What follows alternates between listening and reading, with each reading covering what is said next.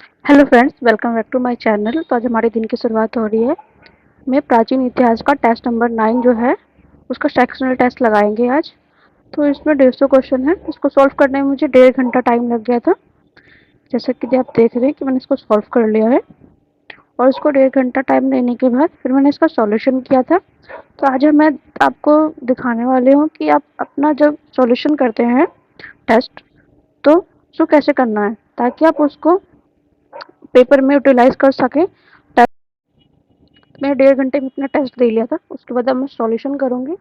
तो कोशिश करें कि सॉल्यूशन अगले दिन या उसी दिन कर लें। फिर उसके बाद आप भूल जाएँगे सॉल्यूशन जो आपने किया उसमें कौन से क्वेश्चन आपने क्यों टिक किया है, टिक करने की क्या वजह थी, वो आपको याद नहीं रह पाएगा क्योंकि आपने कोई क्वेश्चन गलत किया है, उसको क्यों टिक किया है, क्यों आपने गैस गलत किया है उसको, तो वो आपको याद रहेगा। आज या कल में करने की कोशिश करें। साथ में जब आप सॉल्यूशन करें तो सेक्शनल टेस्ट से रिलेटेड जितने भी आपके नोट्स हैं, जिस बुक से आपने अपने पढ़ाई की है, उसको साथ में लेके बैठें ताकि जहाँ पे आपने गलत किया है उसको ऐड ऑन कर सके पॉइंट्स को और देख सकें कि हाँ भाई मेरे नोट्स में क्या है और मैंने कहाँ पे गलती की है। ऐसे ही हो रहेगा कि आप पेपर देंगे तो हाँ, जब आप बैठेंगे पेपर देने के लिए तो आपने ये पॉइंट याद रहेगा कि हाँ मेरे नोट्स में ये चीज़ यहाँ पे लिखी हुई थी। तो ये सही रहेगा आपके लिए। तो अपने नोट्स के साथ बैठे और जैसे कि जिस टॉपिक से गलत हुआ है आपको, तो अगर वो टॉपिक आपको हार्ड लग रहा है तो पूरा टॉपिक ही पढ़ लें। जैसे कि मेरा जैन धर्म से रिलेटेड थोड़ा सा क्वेश्चन गलत हुआ था, तो मैंने पूरा जैन धर्म भी इस टॉपिक में मेंशन कर दिया। फिर उसके बाद जैसे मौर्य काल, अभी देख रहे हैं मौर्य काल है, तो मौर्य काल का ये वाला पार्ट जो है प्रशासन से रिलेटेड गलत होता है ये। तो इसमें देखो दंडपाल और अंतपाल दोनों में आपको डिफरेंस अलग अलग लगेगा।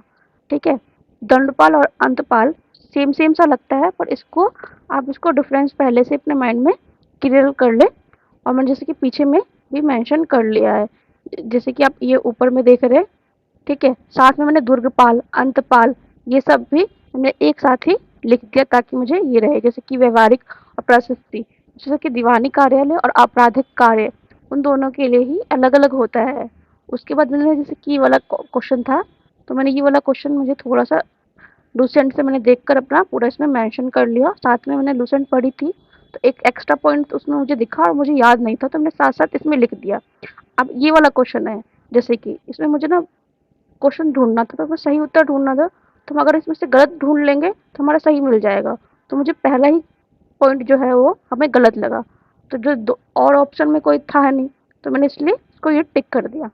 तो आप ऐसे भी कर सकते हैं कि आपको पूरे ऑप्शन अगर नहीं आते हैं तो आप ऑप्शन वाइज भी कर सकते हैं। जैसे ये वाला क्वेश्चन है, मैं फोर्थ जो क्वेश्चन था, फोर्थ जो पार्ट है वो मुझे पता था कि ये हीनयान से रिलेटेड है। तो मैंने फोर्थ देखा कि सारे ऑप्शन में फोर्थ फोर्थ दे रखा है, तो फिर मैंने ए लगा दिया था। उसके बाद जैसे कि ये टॉपिक आप देख रहे हैं, ये वाला ऋग्वेद से रिलेटेड, तो मैंने इसके साथ साथ ये पढ़ा था अथर्वु वाला, और इसका गद्य पद वाला ये भी देख लिया था। और मैंने जातक कथा का मुझे ये पता था कि हाँ ये पाली भाषा में लिखित है, तो मैंने इसको साथ साथ लिख दिया। और मैंने चालुक्य वंश का पुलकेशिन द्वितीय पढ़ रही थी, तो मैं इसका एक अभिलेख था, मैंने साथ साथ वो भी लिख दिया। अब अब कुषाण वंश का देखते हैं। कुषाण वंश ने स्वर्ण मुद्रा जारी किया था सबसे पहले। उसके साथ साथ ये भी था कि उन्होंने शुद्ध सिक्के भी जारी किए स्वर्ण मुद्रा के, तो मैंने साथ साथ उसको भी लिख दिया।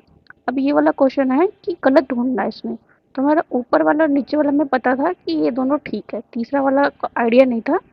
तो फिर मैंने उसके अकॉर्डिंग बाण भट्ट का, ऐसा मैंने कुछ पढ़ा नहीं था, तो मैंने उसको फोर्थ लगाया, तो जो मेरा ठीक हो गया। अब देख रहे हैं कि इस वाले सॉल्यूशन में कि एक मेंशन नहीं है, जैसे महाभाष्य जो है वो पतंजलि वाला जो लिखा गया उसमें मेंशन नहीं था। तो आप क्वेश्चन से भी आप अपने जो पॉइंट्स है वो निकाल सकते हो और अपने आंसर्स में लिख सकते हो। जैसे मैंने लिख दिया महाभाष्य का। अभी ये वाला क्वेश्चन है। अब जैसे इसमें विक्रम संवत, शक संवत ये दोनों मेंशन है। अब तीसरा संवत हमें गुप्त संवत भी पता है, तो वो भी लिख दिया। और उसको किसने चालू किया था वो भी लिख दिया। एक्चुअली में विक्रम संवत और शक संवत दोनों मुझे अच्छे से याद था कि किसने चालू किया, वो मैंने मेंशन नहीं किया ना लिखा। अब इसमें मैंने दोनों के वंश भी लिख दिए ताकि मुझे अगर उसका नाम ना याद रहे तो मैं वंश को भी याद कर सकूं।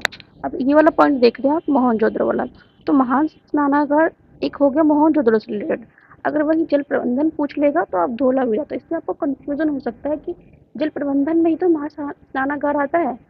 तो उसी मारे मैंने दोनों के जो कन्फ्यूजन पॉइंट है मैं एक साथ लिख लेती हूँ। अब तो उसमें मुझे 3 घंटा टाइम लग गया सॉल्यूशन करने में।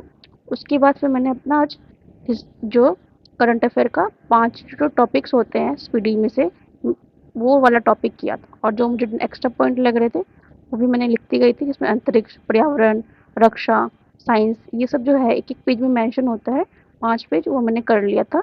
उसको करने में मुझे 2 घंटा टाइम लग गया।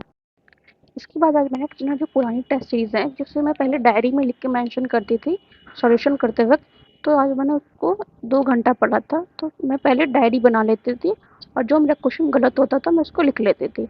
पर इस बार मैंने क्या किया है कि इस बार मुझे टाइम की कमी के कारण मैंने फ़ोटोकॉपी करवा लिया और उसमें मैं मेंशन करती जा रही हूँ।